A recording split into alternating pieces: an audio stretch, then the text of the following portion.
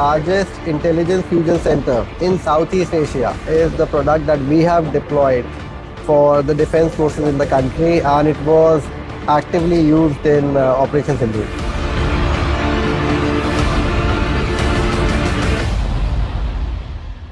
Tarun, you guys actively work with the Indian Armed Forces. Tell us how you're helping Indian Armed Forces make sense of AI. See, think about it from a defense perspective. You have data coming from so many sensors. You have data coming from radars, satellite imagery, UAV drones, field officers, data which is available in open source, real-time inputs coming from deep web, maritime traffic. Now, how do you make sense of all this data? You really can't make sense of it manually. People were doing it earlier. They were taking almost 7 days to make sense of this data, and then a report goes up, which is useless. With AI, what we have developed and deployed for the defense forces is a multi-sensor, multi-source fusion system, which is taking all the different data sensors or data sources that the department has, processing them using AI models specifically tuned for that data set, and giving them accurate prediction as to what is likely to take place, when is it likely to take place, and what should be your course of action to counter it. Right, and this means where to deploy, how many to deploy, and so on, right? Deployment, the strength that you should deploy, what weapon and equipment, what is the range of that weapon and equipment.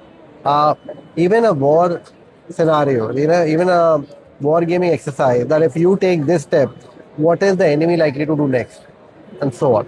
So predictive in a way, right? I know you have very strict NDAs, right? But is there any interesting anecdote, without giving away too many details, that you can share about your association with the armed forces? Okay, there are so many. But as I said, let's just say I'll stick to the fact that the largest intelligence fusion center in Southeast Asia, and not just in India, in Southeast Asia is the product that we have deployed for the defense forces in the country, and it was actively used in Operation Sindoor. Right. Okay. We'll not push you further in the interest of national security. Thank you. But I know that you guys do a lot of work with police forces across the country as well. So tell us how you and your AI is actually helping police forces do better work, solve cases. Also, there's that aspect of filing legal paperwork, etc., where I believe you have an important role to play. Tell us about that. So if you think about the police forces, let's talk about Delhi for an example. We have a population of 2 crores and a force of 104,000 people. There is no way you can monitor 2 crore people with 104,000 people. How does AI help you in this way? AI is able to narrow down the field of suspects from 2 crores to 6-7 lakh people who are repeat offenders, right? So you are able to focus your energies only on them. Second, once you carry out an investigation, one of the biggest challenges that police department have, which every organization has, is how do you train your manpower to the lowest level possible, right? The guy may not be motivated enough to learn. So with AI, what happens is the system is prompting you. As an investigating officer, the system is prompting me.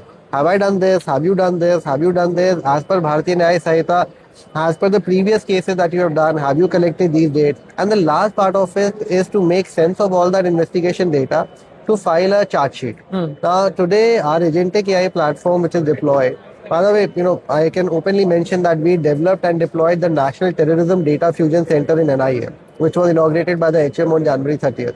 So today, our agentic AI platform is able to make sense of your data and tell you that, it can generate a charge sheet for you.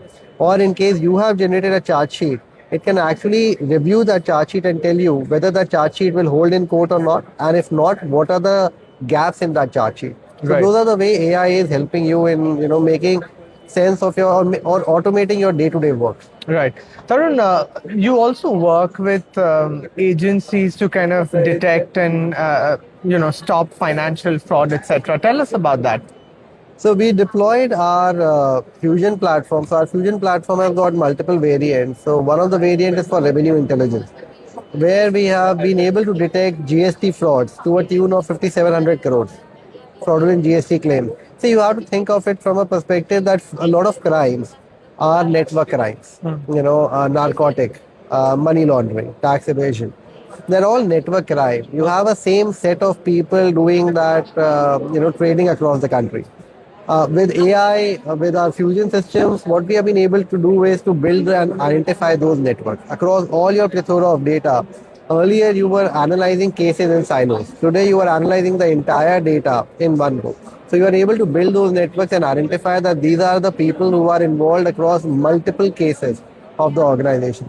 So we work with revenue intelligence. Very recently, you must have read that LTI Mindtree have won an order from income tax project Insight 2.0. So we are one of the OEM for six of those components, for six of the components. So as I said, yeah, we work extensively using AI for defense and intelligence, for predictive policing, as well as revenue intelligence. The areas that you work in are mission critical to say the least, right? And the Indian government has been talking about sovereign AI and it seems very serious about it. So True. tell us your kind of take on it and how are you helping strengthen India's sovereign AI? So I'm glad you asked that question. So one thing I would like to mention that every platform that we have deployed across multiple agencies, more than 100 plus deployments in the country and abroad, are offline. None of it is connected to the internet. You know, every organization has their own sovereign AI platform which has been fine-tuned by us as per the requirements of the organization, and it cannot be connected to the internet. As a result, your data stays with you. So many times, what was happening was that organizations, I won't name the organization, they were using Chat GPT or Claude for basic work. Yeah. You know, note sheet, summarization, and so on. Today, with our agentic AI platform deployed within the organization, not connected to the net, their entire office work has been automated without using any, let's say, AI platform commercially available outside. So this Right. is how we are helping the organization. But yes, sovereign AI is one of the biggest things in the country. You have already read about Mythos. U.S. government has prevented the sale of Mythos to any country across the world. Correct. So India will have to develop their sovereign AI. Having said that, you know, it should, when you start developing sovereign AI, you can't start developing from scratch. It doesn't make sense, right? Yeah. 90% of the embedding will remain the same. It's just the fine tuning that will change open source model into your sovereign AI model, and then you keep training on that. So in a lot of companies, including us, are already on that path. We are doing that and helping the organization in our best way possible. Wonderful, Tarun. Wish you all the best. Thanks, Hope you Ramarko. keep our cities and the country safe. Thanks. Same here.